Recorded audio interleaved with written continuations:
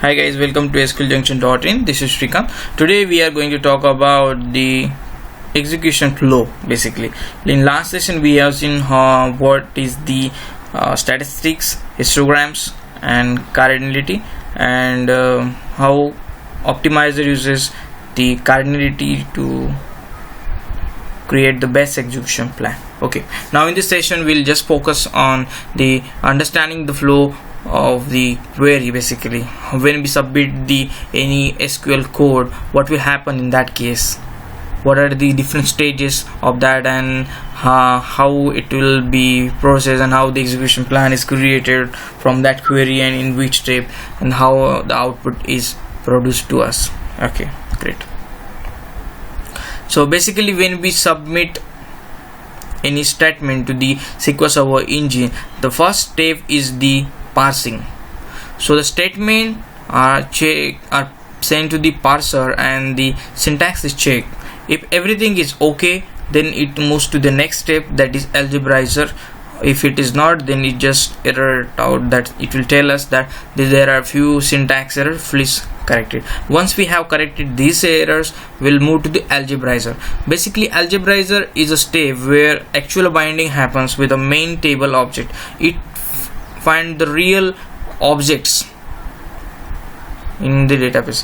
If it doesn't find any object which is mentioned in the query, then it will just error out and say there are a few errors, please correct it. If we clear that error, if we fix that error, then that output, that algebraizer output, moves to the optimizer. But before taking the decision by the optimizer of creating the execution plan, there are a few factors which system consider, which SQL Server consider internally. The first is estimated rows count. This estimated rows count comes from where? Comes from the statistics. So basically, cardinality.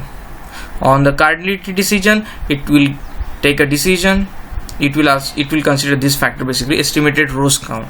Then is hardware, where what is the system hardware where the query executing. Then configuration, we can specify the few options like the max dope. So this kind of the options are checked at this level. Then the query hint, like when we force the query to run this way, or when we force the query to use this index, and different things, like so these the things which we can specify in the queries. That's the query hints. So this thing also you consider here. Then is next indexes, which indexes will be used for the above query, specified query. Then partitioning, if we are using any partitioning. Then the system thinks that are we going to use any file loops or the file. This kind of factor are important for taking the decision for the optimizer to generate the execution plan. When the execution plan is generated, it gets executed and the result is given out.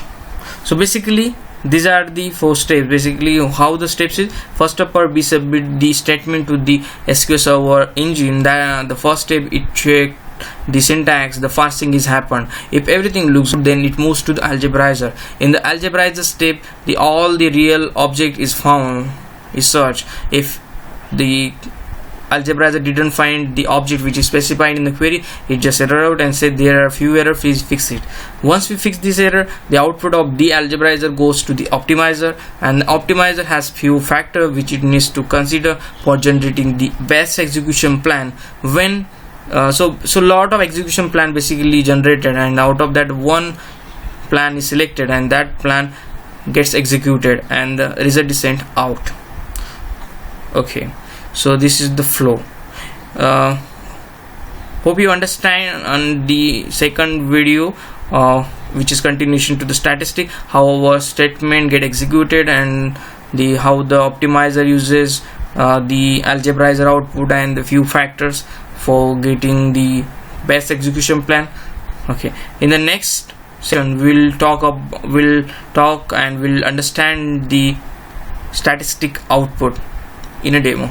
Thanks for watching SQL Server, Learn SQL Server, and please subscribe and share our YouTube channel.